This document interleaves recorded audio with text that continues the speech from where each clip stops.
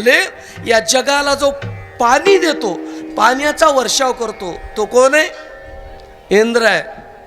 कृष्णाने सांगितलं, हे तुम्हाला कोण सांगितलं? इंद्र पाणी पाडते, तुम्हाला कोण सांगितलं? आता आम्ही दिसते ते बोलता की महाराज, सडक कोणी केली? आमदारानं केली, असंच बोलतो ना आपण. फलानं हे कोणी केलं? खासदारानं केलं. आमकं कोणी केलं? ते ग्रामपंचायतनं केलं, असंच म्हणतो ना आपण. अशीच आहे की नाही भाषा? तसं तिथे तेच होतं. इंद्र पाणी पाडतो.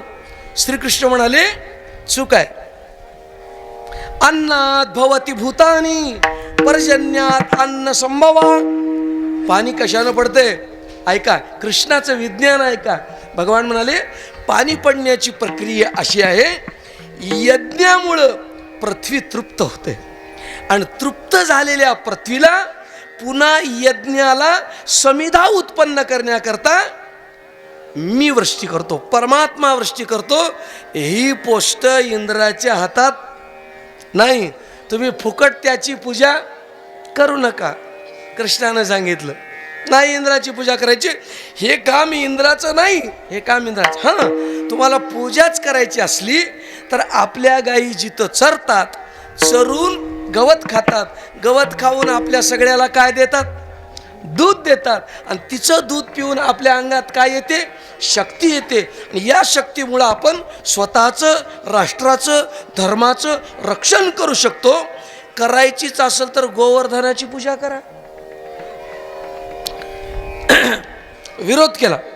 महाराज, एखाद्या प्रथेला विरोध करणं मुश्किल आहे. हां, हे तुम्ही लग्न कार्यामध्ये बघा. हां, कधीच न जाणाऱ्या बाया पोचीमाला जातात की नाही? कधीच न काम करणाऱ्या बाया सटवाईला जातात की नाही? या सटवाईला जाणाऱ्या बायाला विचारा, सटवाई तू कशाला सटवाईला चाललीस? त्याला विचारा तुम्ही, विचार. तर ती सांगते तुम्हाला शास्त्र की ज्ञानेश्वरीत लिहून ठेवले, सटवीयेचे राती न विसंबीजे जीवी वाती. ती सटवाई शब्द चुकीचा आहे बरं का. तिचं नाव खरं वेगळं आहे. असंच झालं सगळं. तिचं नाव आहे षष्ठीच्या दिवशी येते, षष्ठाई असं नाव आहे तिचं. तिचं खरं नाव काय? षष्ठाई. षष्ठाईचं या सगळ्याने मिळून काय केले? आता कसं करावं आता? षष्ठाई नाव आहे ते. षष्ठीच्या दिवशी येते. त्या दिवशी पूजा करतात. चालले प्रथा पडलेल्या, एकदा प्रथा पडल्या की तसंच होते बा. संस्कारात रूढी बरी अशी रूढी. म्हणून तर काही काही माणसं कसंही वागायचं. तुम्ही लग्नामध्ये बघा किंवा काही समाजात कुऱ्हाडच घेऊन जातात, आहे की? काही समाजात दुसरंच काय तलवारच घेऊन जातात. काही कोण्या समाजात काही त्याला विचारा, भाई कुऱ्हाड का घेऊन निघाला असतो? नवरीला मारतोस की काय? ते म्हणतात मारायला नाही, आमच्याकडे काय आहे, पद्धतच आहे. तसं ते गवळणी सांगू लागलं की फार दिवसापासून इंद्राची पूजा करतात. कृष्ण म्हणाले बंद. आता मी आलोय, इंद्राची पूजा करायची नाही. आणि तुम्हाला करायचीच असेल तर गोवर्धनाची पूजा करायची. यशोदेनं सांगितलं, गोपाळाने सांगितलं की कृष्णा तू आगाऊ काही रूढी काढू नको. बरे नव्हे मग इंद्र कोपलिया. इंद्र जर रागात आला तर आपलं वाटोळं होऊन जाईल. तू हे आगाऊ काही काढू नको. जे चाललंय ते चलू दे. पहिल्यापासूनच आपल्या घरी बिड्या आवडतात, ओढू दे. नवीन कशाला तू आगाऊ काढालास? हा, तुला काय करायचे? भगवान म्हणाले अशा अनिष्ट प्रथा मी चालू देणार नाही, मोडून काढील. आणि सगळ्याला सांगून टाकलं. आणि ब्राह्मणालाही सांगितलं की महाराज आज इंद्राचे मंत्र म्हणायचे नाही, इंद्राय स्वाहा म्हणायचं नाही, गोवर्धनाय स्वाहा म्हणायचं. तुम्हाला म्हणायचेच असतील तर गोवर्धनाचे मंत्र म्हणा. ब्राह्मण म्हणला तर काय करावं? ब्राह्मण म्हणला लेकूर म्हणालेलं बरोबर आहे, पण बरोबर आहे मी कोणालाही स्वाहा म्हणतो, मला देणं घेणं नाही. पण आगाऊ काही झालं तर ते तुम्ही बघून घ्या, तुम्ही बघून घ्या. भगवान म्हणाले देवा मंत्र ब्राह्मणाच्या अधीन असतात.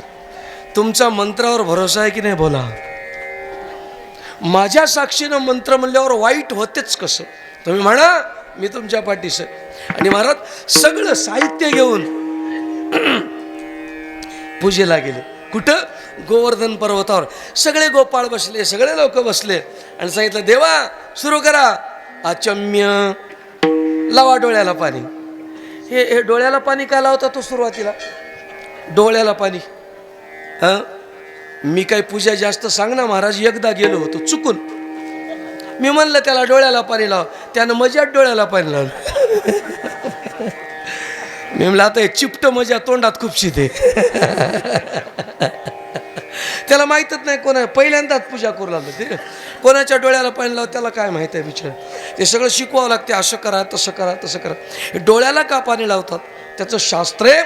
पुरुष सूक्त सांगते, चक्षु सूर्य अजायत. आपले नेत्र हे चक्षु जे आहे ना, चक्षु, सूर्य आणि चंद्र हे देवाचे दोन डोळे आहेत. या दोन डोळ्याला पाणी लावून पूजेला सुरुवात करणं म्हणजे चंद्र सूर्याला आवाहन करून पूजेला सुरुवात करणं. म्हणून ब्राह्मण सुरुवातीला काय म्हणतो? डोळ्याला पाणी लावा. सांगितलं डोळ्याला पाणी लावा, पूजा सुरू करा, आचमन करा. सुरू झालं पूजा आणि करता करता मौज अशी झाली महाराज. इकडं गोवर्धनाची पूजा सुरू आणि तिकडे एक महाराज पोहोचले.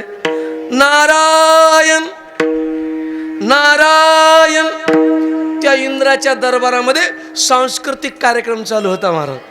हे देवांगना, रंभा, उर्वशी, मेनका, तिलोत्तमा हे सगळ्या नृत्यांगना.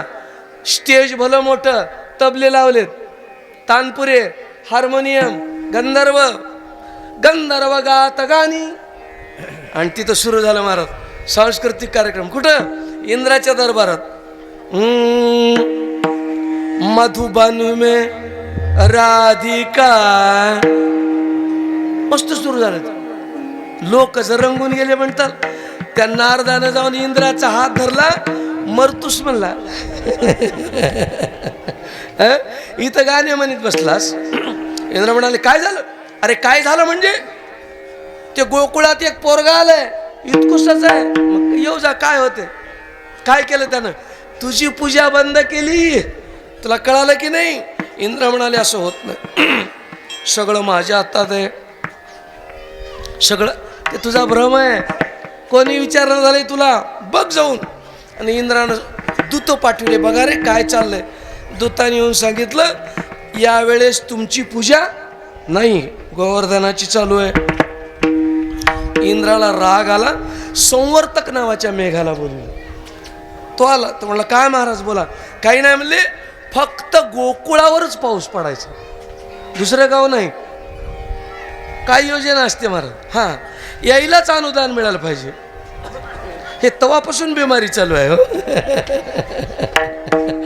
फक्त पाऊस पडायचा. कुठं? गोकुळावर. दुसऱ्याला रुपये मिळू नये, तर पडून मरू द्या.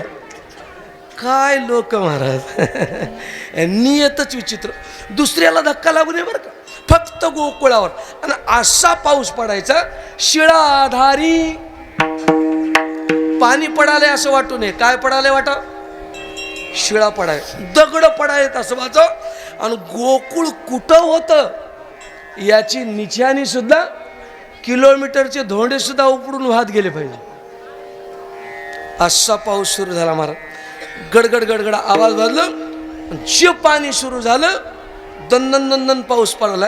पण ते गंमत अशी झाली, फक्त गोकुळावर पाऊस पडला. बाजूला लोक उभं राहून पाणी बघू लागले.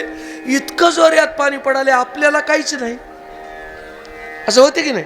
होते की होई ना? हां, द्याले द्याले द्यालेत म्हणतात. बँकेत गेले की तुमचे आले नाहीत म्हणतात. हे बिचार द्यालेत म्हणून घरून निघते. तिथं गेलं की काहीच नाही, दगडासारखा पाऊस पडायला आहे. पण बाजूच्या गावाला धक्का नाही. आणि पाणी सुरू झाल्याबरोबर ते आलं पळत, बोबड्या मी तुला म्हणलो होतो की नाही, हे आतलं कलू नका. आता बघ, कानू थांबाला रे, थांबाला पुल्या नाही, कानू थांबाला रे, थांबाला पुल्या नाही, थांबाला रे, थांबाला पुल्या नाही, कानू थांबाला रे, थांबाला पुल्या नाही, कानू थांबाला रे, थांबाला पुल्या नाही, कानू थांबाला रे, थांबाला पुल्या नाही, कानू थांबाला